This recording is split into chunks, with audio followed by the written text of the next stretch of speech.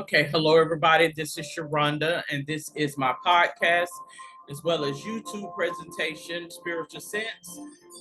Today is Saturday, which is September the 3rd.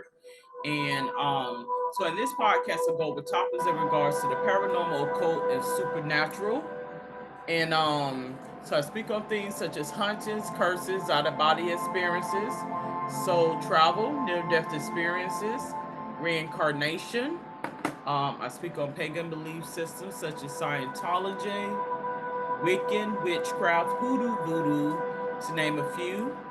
I also like to start off by saying that this podcast, as well as this YouTube channel, is for entertainment purposes. Okay? So I wasn't going to do a second recording today, but somehow I was prompted to do a second recording today, oddly enough. And so I'm going to entitle this Analysis of the Last Days. What does that mean in regards to the last days? That's something that it urged me to do, to speak about today. The Holy Ghost or God or whomever, in regards to the last days. Okay? Now, I also like to stress that this is not a biblical nor religious podcast. Again, this is not a biblical or religious podcast. It's an open social discussion on a variety of topics that just so happen to coincide with religious beliefs, systems, and practices, but it's not a biblical nor religious podcast, okay? So, in reference to the last days, I know many people have heard the term of the last days. Are we in the days, or these are the days? And in regards to what is written in Revelation. So, what exactly does that mean? In regards to the last days and things of the sort, how do you prepare for them, and what exactly is it? Is it something that's going to happen catastrophically to where boom, the whole world will fall apart, and we all will be wiped out, and things? And I think a lot of you have a lot of pastors and Bible teachers and stuff who may present that information as such. And so I'm on Christianity.com, and I'm going to read some information in regards to the last days, okay? Which has been a claim that has been made over several generations to come. So it mentions that, about, end of time predictions by Christians who foretold a specific date and time in which Jesus is to return. Matthew 24:36 is what it has indicated here. And so I am going to click on this particular verse. And it says, "No man knoweth the day and hour," is what it mentions here. No man knoweth the day and hour, in regards to the return. It says the last days doesn't necessarily refer to a set amount of time. After all, God uses a different measurement for time than us humans. It does mention 2 Peter 3:8. With the Lord, a day is like 1,000 years, and 1,000 years is like a day. So whatever is essentially, is whatever he says it is what I gather from that whole synopsis. It's not no big boom doomsday, although it may feel as though feel that way in your world, in your reality.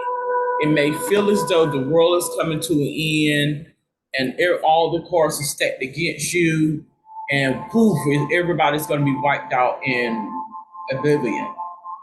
That may be the case in a certain region within the world, because the world is so massive and huge. It happens in stages, so it may not necessarily all happen at one time. Like you may have it in France and then Japan, or you may have it in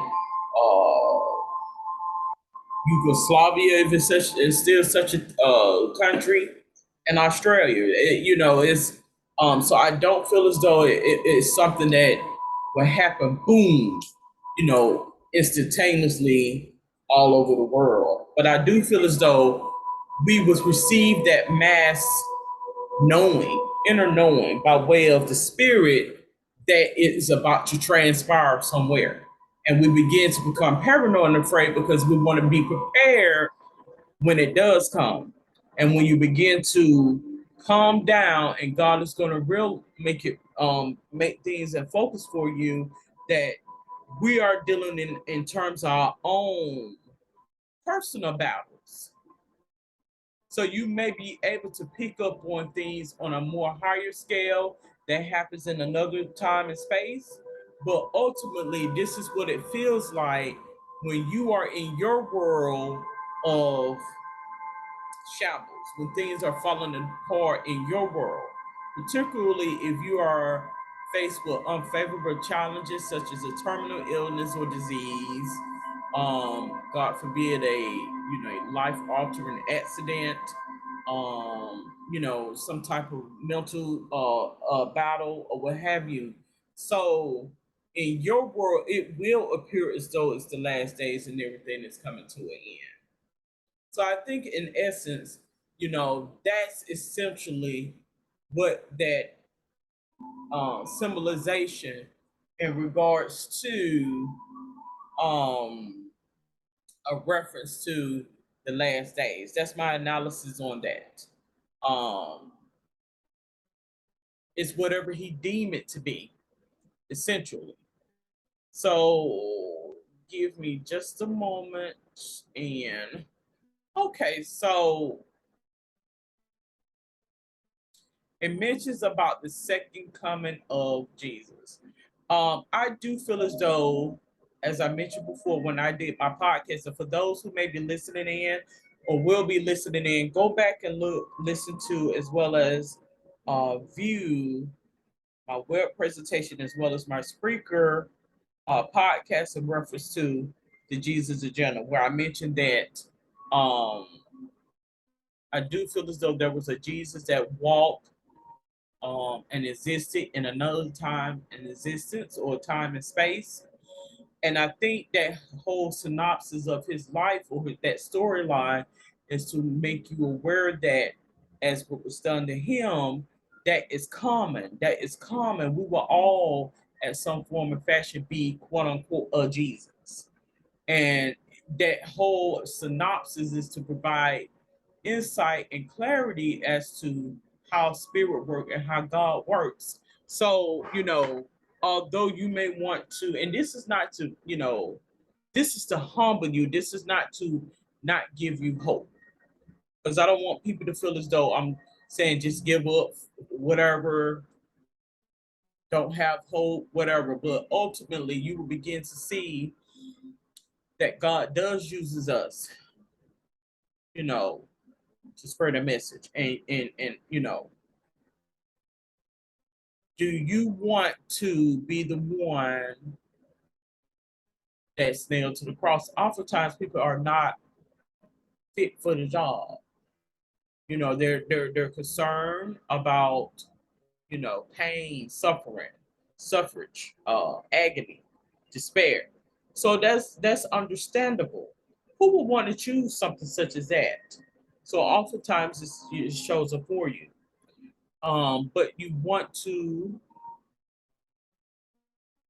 give honor to God and acknowledge Him and show appreciation for Him and the things that He provide. His grace and His honor, because although it's a very unfavorable circumstance, I do feel as though that whole synopsis is for us to get humble ourselves and realize that we can be put out on Front Street. Ain't nobody off limits.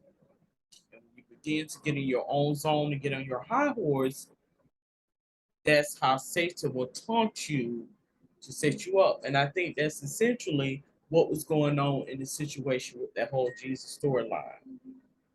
So it mentions here that God mentions about the signs and warnings provided for us in Scripture.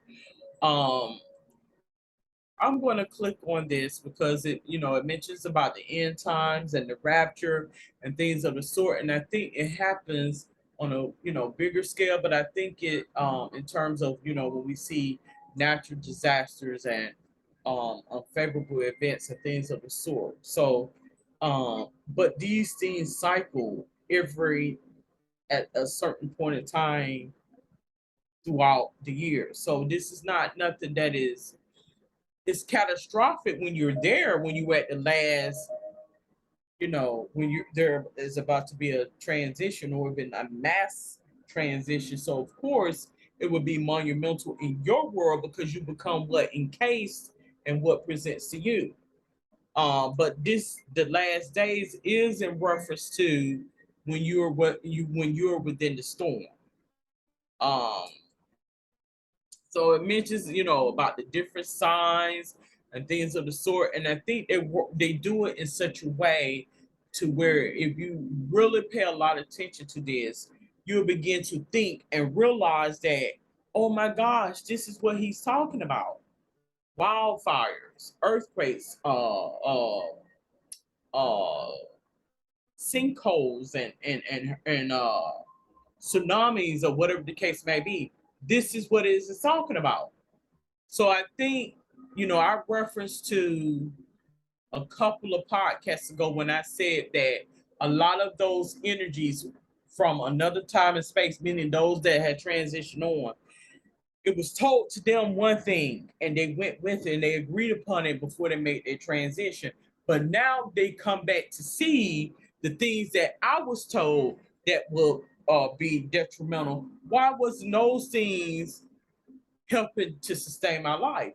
Because that goes to show you that you only given a certain amount of time in this time experience, this life experience. You are contained by flesh. So you have to transition at some form of fashion. So whatever I said is what it is. So that's basically what that is. I will put in midi enmity between you and the woman, and between your offspring and her offspring. He shall bruise your head, and you shall bruise his heel.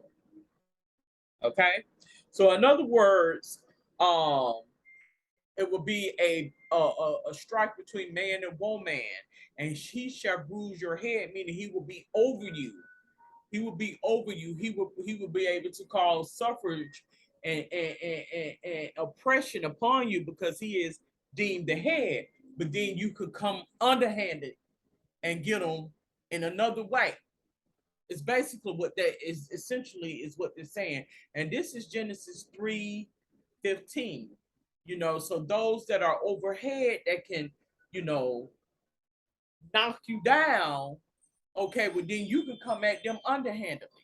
So God is giving you discernment. I mean, he's telling you by way of, that's why I said it's a two-headed snake. Because first you said this, and then you said that, then you said this and that.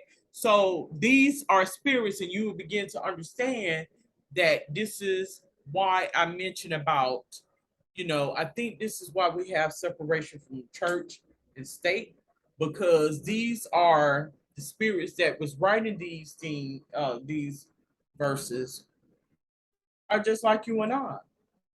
It wasn't all, all Amada and so holy and nothing was ever wrong and didn't think and feel and have the same sensibility. They had the same sensibility, if not more worse off. Not more worse off, okay? So I'm going to take a quick pause and I will resume.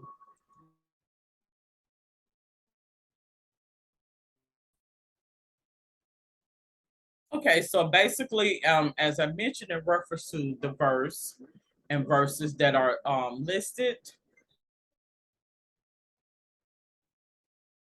um, that's where you have a duality, a battle between what to believe, what not to believe. In other words, is to get you to critical think. Ultimately, is what that is. So it goes on to mention about the prophet Isaiah proclaiming that it shall come to pass that the latter days that the mountains of the house of the Lord shall be established as the highest mountain and shall be lifted up above the hills. So, those who have been shielded and shrouded from and view has been detected, they will begin to see on a higher scale as to what exactly he is talking about, like what is being conveyed in terms of the things that has been written.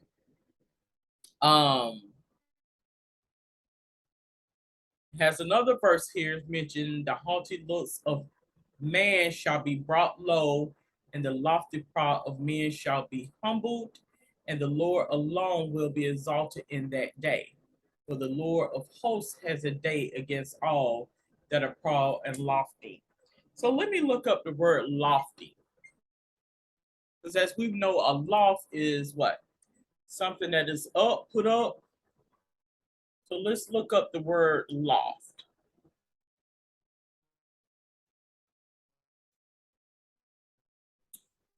What does it mean as a loft? Okay, so something put up, something that is put up ultimately. Um,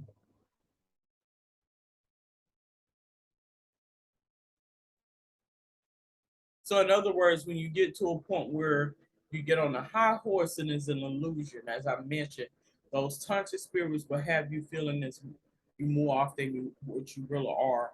And when those last days present, boy oh boy, you're gonna feel as though I feel foolish.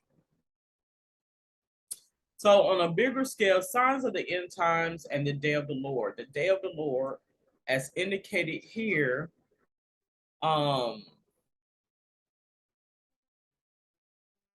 says the Lord is Zechariah 14:5 and 9. The Lord my God will come and all the holy ones with him, and the Lord will be king over all the earth.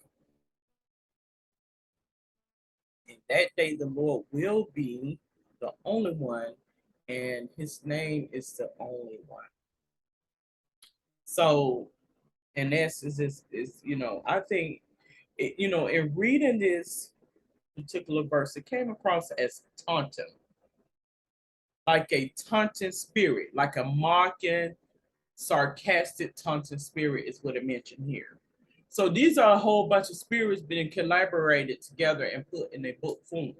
That's what I feel. But something in reference to this Zechariah to me came across as a taunting spirit.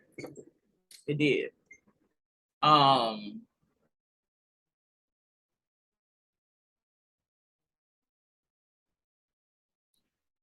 Meaning somebody being sarcastic is what I gather from this. Like somebody who is being sarcastic as to say, the Lord has came. Oh my gosh, look at God. But doing it in such a manner to where um to show you how everything's going to turn against it. So it says Israel's hope was infused with the promise that one day God will write the last chapter of the story with the climax ushering in not the end of the story, but the true beginning. It says this hope kept and sustained Israel through slavery, mockery, defeat, and waywardness. That's what it has indicated here. So it says the day of the Lord is the answer to the cry of the mortals in Revelation 6:10. It mentions How long, O Lord, holy and true, will you refrain from judging and avenging our blood on those who dwell on the earth? So um it goes on to say Jesus is a sign of the end times. Acts 1. It mentions that Lord is it at time. Oh, Lord, is it at this time you are restoring the kingdom of Israel? Though the disciples still did not fully understand Jesus' ultimate purpose, they were nevertheless gripped by the hope that he would act decisively and victoriously on their behalf. So it does go on a little further and mentions about Acts 1:8. Um,